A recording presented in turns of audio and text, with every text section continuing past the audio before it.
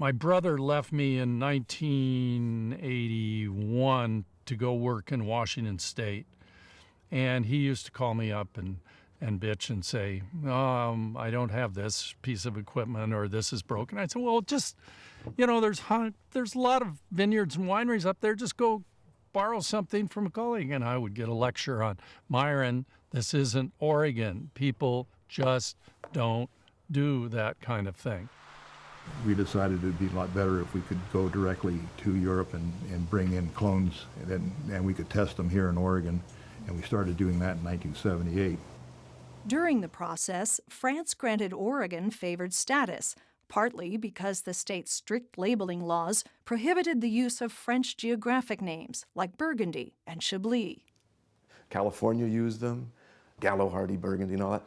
The French were really upset. For a long, long time, and rightfully so, we're producing cheap white wine and calling it Chablis, which is some of the best Chardonnay in the world. So they liked the fact that we respected their labeling laws, and we made it illegal from the very beginning to use any of those.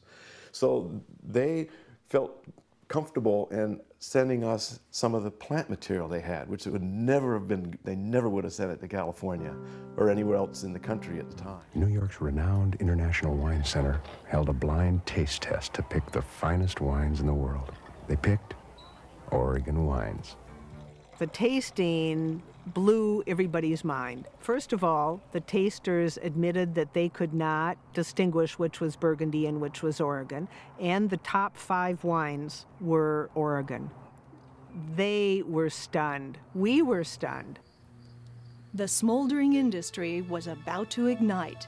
Skeptical wine clubs replicated tastings across the country with the same results, and praise for Oregon wine came pouring in particular from an influential national wine critic.